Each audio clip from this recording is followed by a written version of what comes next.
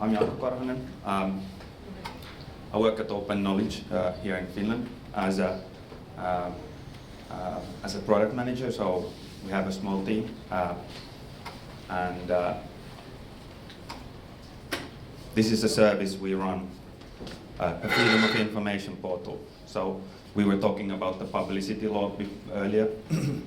So this is a portal that helps people to actually request information that's not proactively by the government put out there. So this is open knowledge product. So we're kind of like distributing this through our network and also developing the best practices through our network. Finnish chapter is fairly strong in the open knowledge network, and especially with the technical work that we've been doing in the projects that I'm about to show you, there's quite a fair bit of actually things that are coming from Finland and flowing into the network. But the idea is that we want to spread this horizontally to other countries as well and have a dialogue with other countries, which this open knowledge network really enables for us. So why have a portal? Journalists often make freedom of information requests just through letter or email, but we wanted to have a portal that's first designed to actually maintain the fundamental rights that are related to freedom of information, and also to set the precedence on how, and also to test the borders of law, to make the freedom of information process legally like we feel that it should be.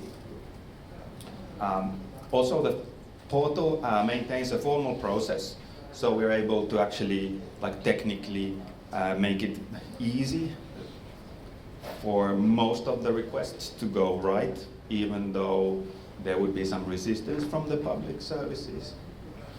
And of course, we are trying to help, like, both the requester but also who is providing the documents to make it as usable as possible.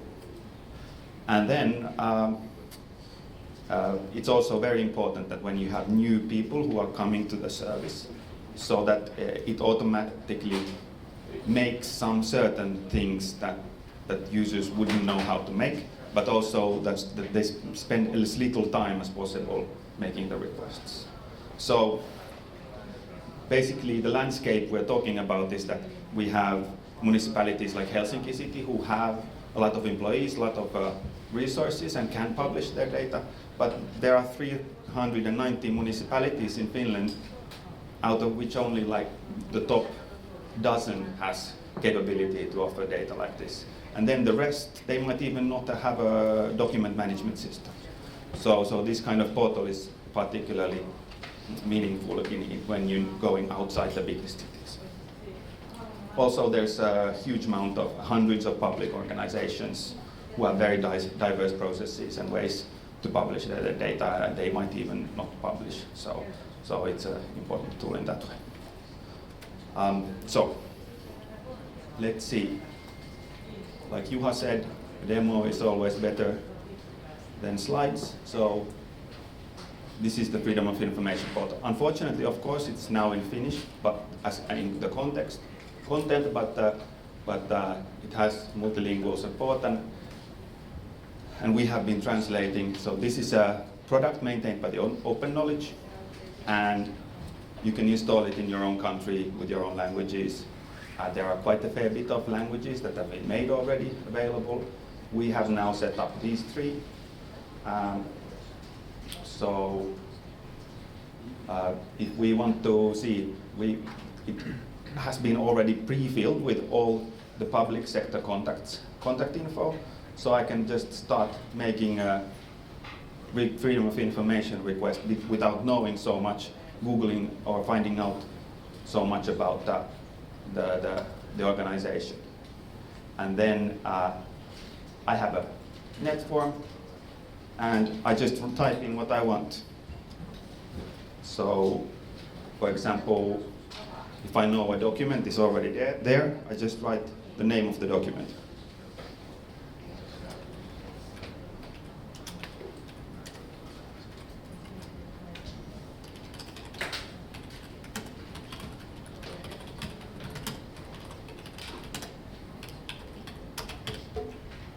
And then we've been testing this quite a fair bit. So actually, we have rehearsed how to give instructions. So there's quite a fair bit of very well constructed wording and referring to the law, so that we have learned that there are quite a few things that a normal official might come to think that why they can't give this data. So we are already we have already tested how it should be, and then which laws we should be referring to.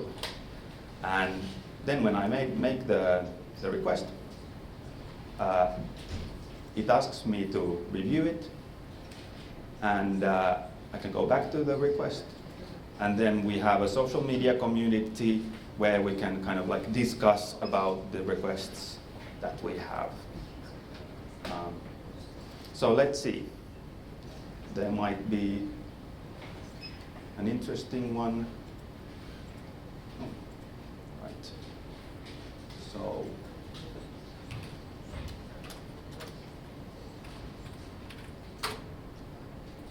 So, for example, there was a school that they wanted to shut down. So we made a request to see the preparation documents for this school, and then we got the first document, and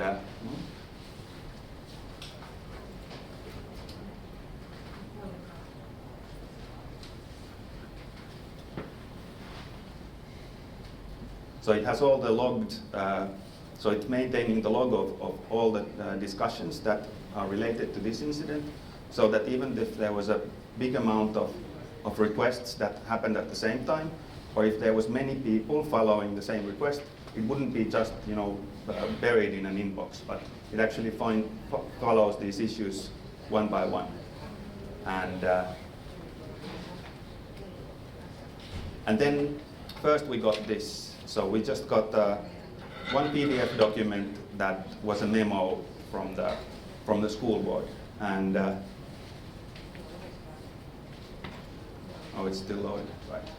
So we were not at all happy about this, and then we started talking about this, and somebody knew that there has to be a document that's like this, and we took another document, we made another request, and then we got another document that actually had the presentations that the officials had been using when they were preparing the closing of the school. And then we were going into this data that they had been using, and actually it was very big for the parents that they could go in and study, and they found out about the facts that were there, and they could have a fact-based discussion with the officials. And for us, of course, that this was, we have now published this data also. So for other parents, it's going to be easier if they want to go into the same discussion, if they have children in the same school, and the officials don't have to give the same data over and over, or have the same conversations over and over. So this is that. Okay, so all this that we have in Freude, we also publish as open data, so there are a lot of things that other people have made, requests that I haven't even seen. But when you make a new request, they will show up in the search. So it's also kind of like community tool.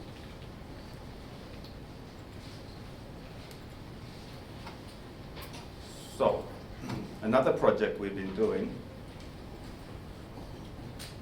that has to do with OpenOn that Juha was here talking about, but then it also has to do with Freude, is a tool that uses open decision-making data and open document data.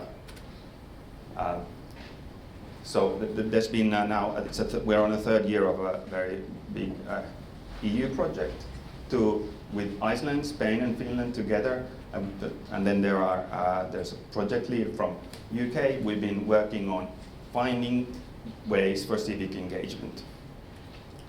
So we've recognized there's a certain pilot areas that we've been interviewing, and then we've recognized certain areas that we feel are key to civic engagement. And yeah, so this is the process we've gone through. So first year was just almost about interviews going through the countries, and then we started doing the pilots, and then we've been slowly, pilot by pilot, adding more components to the actual tools that we are then publishing to other countries for European democracy to be built. Like we have seen in these pilots that each country has their own specific needs in different times. So we want to build a toolkit that keeps growing with new pilots. This is the kind of like overall architecture if you're wondering what might be inside there. So we already saw from Helsinki City that they've actually implemented quite a fair bit of these and are publishing quite a fair bit of these. And when you go into a place like Helsinki, you can already start, these pieces are existing.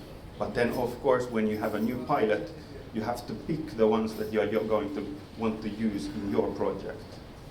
So that's why it needs to be so that there are standardized application interfaces, standardized data models, that the pieces fit together, and then that there is something in the user experience that is already tested, that you will know that it will user experience-wise work. So these are the kind of things that we have been building readiness for in the pilots and are publishing for further use.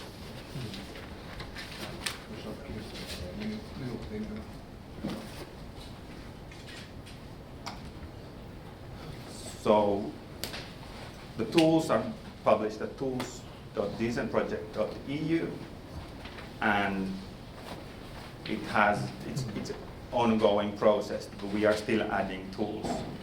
But basically, it's about notifications, it's about drafting documents, it's about collaborative decision making, and particularly challenging user experience-wise is to create the kind of participation where the initiative comes from the grassroots, where the process goes bottom up.